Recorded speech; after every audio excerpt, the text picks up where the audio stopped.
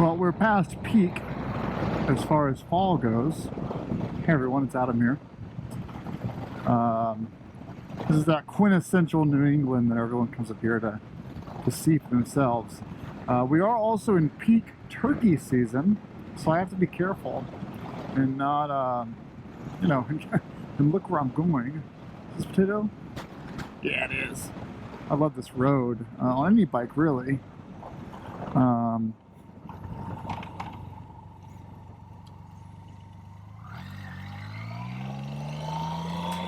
Because it is manicured. I mean, look at that. It's manicured. You know, I looked outside and it was like 58 degrees, and I'm like, oh, it's no guarantee. These days are no longer guaranteed. So I decided to hop on the K75, which hasn't been ridden in a couple of weeks, and give it a ride. You know, so I haven't ridden much. And October, my favorite month to ride. But I've squandered October. It's already the 23rd or 24th. The reason is because after my 1,000 mile Iron Butt ride, my right hand had a massive blister on it with like 3 or 4 daughter blisters. And they were just, it was so big and painful. I didn't want to, you know, I just basically took a week off from riding. And then finally it subsided. And then just in time for me to take the R18 out for a ride, which was a great time. And then I've done a couple of small things, but every day that I've had enough time to ride, it's been raining or cold. And then I had a stomach bug yesterday or 2 days ago that I wasn't feeling very well. So the whole thing just, you know, yeah. So anyway, I haven't ridden much this month. I mean, I think I've ridden, other than the Iron Butt attempt or completion, I haven't done more than a couple hundred miles of riding. I am setting up a thing though with my riding buddies. We're going to be doing probably the 31st of October for Halloween weekend. A Frosty Nuts camp out, like 5 of us. We'll ride some dirt roads up to Littleton, New Hampshire, and then camp in some dispersed camping up in the White Mountains. So that should be fun. A potato is so easy. You can haul ass on this thing on street tires. And then, you know, October is the best month of riding for the year because you've got very dry roads, not too many wet leaves yet, mild climates, all the tourists are gone. And then November isn't guaranteed. November is always a crapshoot. You can, you know, I can ride past the first couple of snows, but I really shouldn't. Oh, in fact, we actually had snow on Saturday. It's Thursday, by the way. We had snow on Saturday, but it was short-lived. We had about 2 inches of snow just got dumped on us in like an hour. And then by the time the plow truck started thinking about going out, it hit 55 degrees and it melted. So, you know, the first snow of the year has already happened officially on the like 17th or 16th of October. But it was so warm out that it was just a very short-lived snow. So we didn't have really too much to worry about. And there's no salt on the roads yet. It all went away. And then it rained all week, which is actually great just because the state's kind of in a state of drought right now, which is kind of unusual for New Hampshire. Winter preparations are already kind of happening. What's going on down there? It's clearing for the property. So I did the oil change in Heather Sport Wagon, the oil change in the Golf R, the oil change in the Ford Escape. I also did the R1200 GS adventure oil change. The K bike and the F750 aren't quite at a year yet on their oil, so those will get done over the winter time. And then finally, the Hyundai Ioniq EV has no oil, but I wasn't quite sure the terms of the lease on that car, if it required that I go do an annual inspection at Hyundai, which is free, by the way. The first 3 years of inspections are free at your Hyundai dealer, and it's a lease. And I'm like, so I drove the 2 hours south from the nearest Hyundai dealer, and they were like, we don't need to see it. They didn't charge me anything, but then they looked it over. They're like, oh my God, your battery's dead. I had like 4 miles left. I said, I know. This is how far away you are from me. It's like 125 miles. So anyway, so the Hyundai has been inspected, no problems. The Golf R, oh my God, just give me a second to explain this or skip forward 2 minutes. March of 2019, at 40,400 miles in the odometer, I put on my third set of tires in the Golf R. First set of tires were the Conti Sport Contacts that came OEM. I put on the Michelin Pilot Super Sports, the PSSs. Pretty much the same. I think that first that's after the first spring after buying it, I put those on. So the Contis weren't on very long. Those were on for like 3 years, and then in March of 2019, I put on the Michelin Pilot Sport 4S because that was finally available in my size. I should have gone right, actually. I'll cut over that road. And those were like $800 before labor to get those installed. And then by October of last year, with only like 3,000 miles on those tires, I had a nail in one of the tires.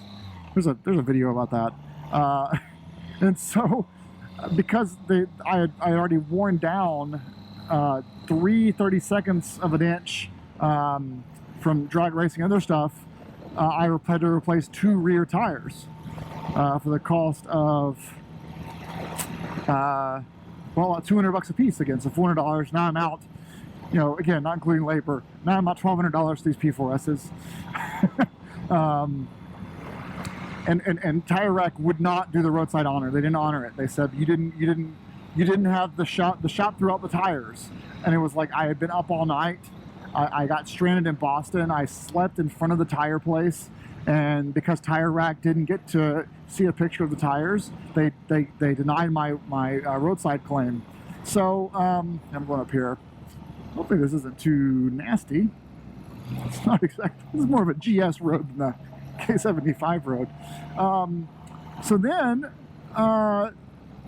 this year at 47,000 miles, so we've put 6,500 miles on since we put those P4Ss on in March of 2019. I had the car inspected. You know, the Golf R needed a state inspection, and I probably shouldn't on this road. And the shop was like, "You got a bulge on your front passenger tire." And my first response was, "I know." And my second question was, "How the hell did that happen?" They said, "Well, it might be a warranty claim, but you know, to pass inspection, you need new tires, and there's only 5 32nds of an inch left." And so I just ordered 2 more tires. They wanted $250 a tire, and Tire Rack wanted $192 for them. And so I asked them, I'm like, "Do you I said, "Do you charge more for installation if I bring my own tires in?" They said, "No, we don't care." So I said, "Okay, well, I'm gonna order from Tire Rack. They'll be here tomorrow. They'll go to your store tomorrow. Then you can put them on." And because there's only 4 32nds left, I can't just replace that one tire. I got to replace the 2 in the front. And although I have an all-wheel drive system, it's just axle. I know a lot of people say you got to replace all 4. You don't on the Haldex system. It's just either front 2 or rear 2. Got to replace in pairs. Only if, I confirmed this once with a VW tech, only if the differential is more than 2 32nds. So if you have a 9 32nds, you know, brand new Michelin tire, and it's down to 8 32nds or 7 32nds, and you get that flat, you don't have to replace both of them. That's the difference. So there's a little bit of a tolerance there of 2 32nds availability for the Michelin tires. So that ended up being an unfortunate event. But so now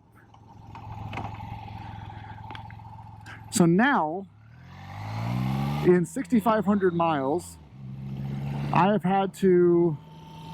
Isn't that nice? I'll stop over there and take a picture. I have had to buy 8 P4S tires. Yeah, I'll do a U-turn here. I've had to buy 8 P4S tires in 6,500 miles. It's like just sad, just really sad and embarrassing. So like $1,700 in tires in two seasons. Once was a road hazard, the other time was a bubble. I haven't even seen it yet. And Michelin's very clear that they only warranty bulges / bubbles if you if there's no rubbing. So obviously their point is most bulging is caused by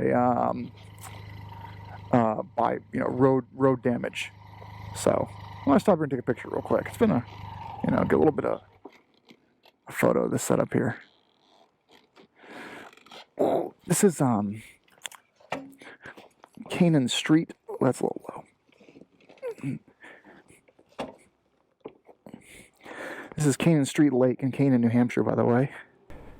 In order to pass inspection, which the car's getting stored anyway for the winter, I had those just put your winter wheels, because I've got 4 wheels and 4 tires that I don't use anymore because I don't drive the Golf R in the winter. And she said, save your money and put some, just put your winter wheels on there, and so you can pass inspection. I'm like, no, I need the tires anyway. I'm going to need those tires in the summertime.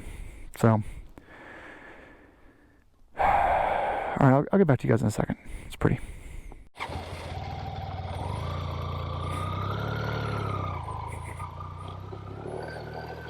I see you. So we did the Golf R inspection, and that'll be on Friday. The Ford Escape was inspected today, so that's done. Heather's Sport Wagon, it needs a brake job all around. We've done that all year, though we haven't driven it all year because we've had the Hyundai. So she's ordered the brakes for that. I'm gonna do that myself. She has no electronic e-brake, so that's a pretty easy thing to do. And the parts, the OEM VW parts are like $550, I believe, for those. It's gonna be kind of expensive, but it'll take me half a day or so. What else am I forgetting? Yeah, that's pretty much it. So winter preparation pretty much all done except for the Golf Sport Wagon brake job. Once that's complete, then we are ready for winter. Well, I guess also putting her winter wheels and tires on, but she and I have the same methodology. We have winter tires mounted to cheap winter wheels, so then it's just in the driveway. It's just a floor jack and a torque wrench, and we just swap the tires over like half an hour per car. Really simple, easy to do. Saves a ton of money in having to change tires over twice a year. And up here, you really can't get away with all seasons. It just doesn't work. What else? I guess that's pretty much it. That's what's going on this week. Hopefully the trip on October 31st happens and we don't get any snow. I'm gonna take you guys on a little bit of a tour here over by Goose Pond, and then we're done. Intersections. Nope.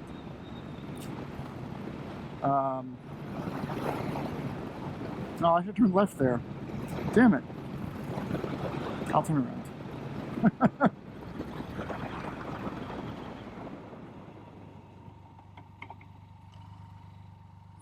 Ooh, get some sand.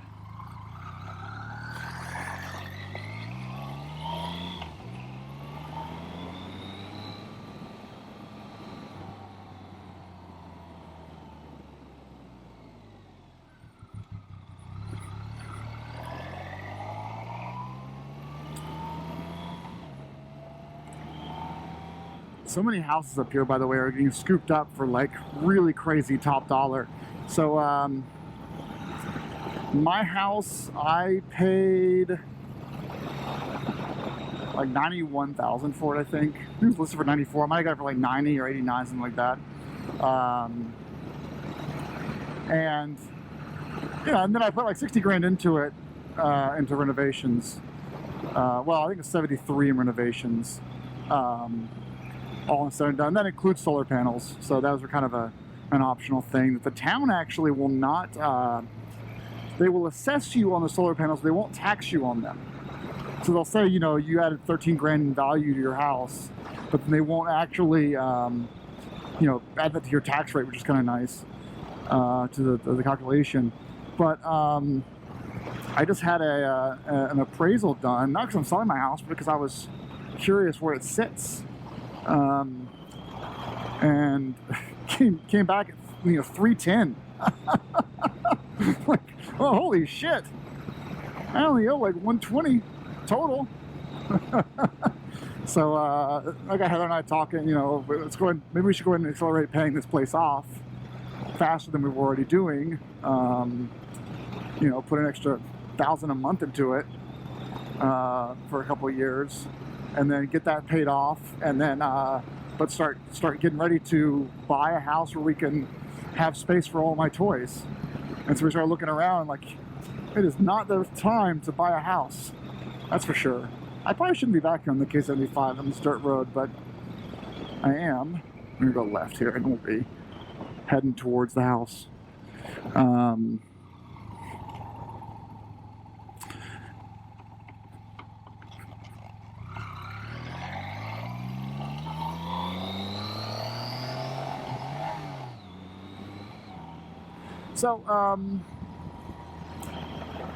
Yeah, so that was kind of a cool realization.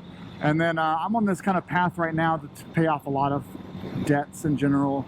As is Heather, we're kind of making a lot of personal sacrifices this year. I've told all my friends, a lot of people were trying to invite us to do fun things, and I keep telling all my friends, we're in hoarding mode this year. You know, the job market isn't guaranteed next year. The stock market isn't guaranteed next year. So Heather and I are basically hoarding cash. We're just, you know, everything that we make, I think I've put away 60% of what I made this year, and I'm going to keep that up into next year too. It's just, you know, I'm a young guy, so don't, you know, a lot of you older guys already know this kind of stuff, but to people that are watching the channel that are really young, hoard away your cash, squirrel it away. I mean, right now I've got no student loan bills, I've got a $1,000 a month mortgage, and I've got no kids, no medical problems, no health issues. So like I'm doing maximum contributions on HSA, 401k, adding to my Roth, and then just the cash hoard that's going into a day trading account. And I've been doing that since December, because I just don't know. We don't know what's going to happen next year. COVID-19 is still a thing. You know, politically, there could be some unrest with people losing their shit for no reason, being manipulated by both sides into a false sense of scarcity and discomfort. And so, you know, Heather and I both have just been hoarding, and I think it's good. I mean, it's, you know, we spent our 20s. I spent my 20s to 27 years old spending every dollar I made, and it's a lot of money I wasted, truly wasted. You know, I wasted a lot of money as a kid. I was making really good money with no debts, and I wasted all of it. And then around 27, I started thinking, okay, maybe I should start saving. You know, I've always had a 401k, but I've always done the minimum. Since I had my first job at Apple 18, I did the minimum 401k savings, and like, you know, whatever they would match. And I continued that until I was about 27, and I finally ramped it up, and now I'm doing the maximum contributions for the past few years. Past 4 or 5 years, I've done maximum contributions. And, you know, it took a while, you know, I think it was probably at age 30 where I really started to like, be like, browse through your Amazon buying history. It's like, holy shit, look how much money I spent on this thing I don't even use anymore. So, oh, we're still recording. Geez, sorry guys. So, you know, we've just been hoarding this year, and it's for the best. I'm just trying to keep my cash position good. And it's not just the whole like 6 months of living expenses kind of thing. I'm not worried about that. I can always find money. I'm more worried about like the credit market just drying up, and how that impacts all of us. You know, being underwater on our house, and then losing a job, and then, you know, developing, you know, having a crash on the motorcycle and having to pay bills for a few months with no benefits, and all those kind of things that can happen unexpectedly. Just getting into that saving mode. And you know, I think that I would like to, my next house, I would like to pay like cash for it. Just keep saving. Because if you look at the amount of money and interest that you're giving the banks when you finance a house, even with a lowest interest rate ever, it's not that good. I think when I bought my place, I think I borrowed like $150. because I had a whole bunch, I had that plus solar panels, renovations, all kinds of stuff. I borrowed like 145 to 150. And it was like, you know, over the course of this loan, you're going to be spending $343,000 in principal, interest, and taxes. Like, holy shit. It's a lot of money. So, saving up with the 95 grand to save the 95 grand up could have saved me a ton of money over the life of the loan. Luckily, we're not gonna use the, we're gonna go to the life of the loan. We're paying it off earlier, but the point still stands. Like, borrowing money, even at, you know, ultra low interest rates, is just really, avoid it if you can. Absolutely. And I'm coming around that. I'm so glad I'm figuring that out at 34 as opposed to 44. I tell Heather all the time, if I had kids, I would be so far behind the curve right now. I would be, you know, more broke, dumber, you know, just less money to my name, less idea, less time to really think and read things and learn things. You know, just all of it would be into my kids, which isn't a bad thing. But man, there's just so much to learn in the world, and to be this age and having that decade, 2 decades of freedom to grow into an adult without kids, it's been hugely beneficial. All right, that's the end of this video. I ramble a bit about stupid stuff. Sorry, guys, but I'm gonna head home. Hope you guys enjoyed the scenery. This is probably one of the very few last videos you'll have riding. Smell of firewood. It smells so good. All right, guys. Well, thanks.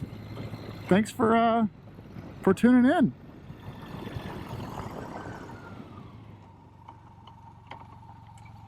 And I'll catch you guys later.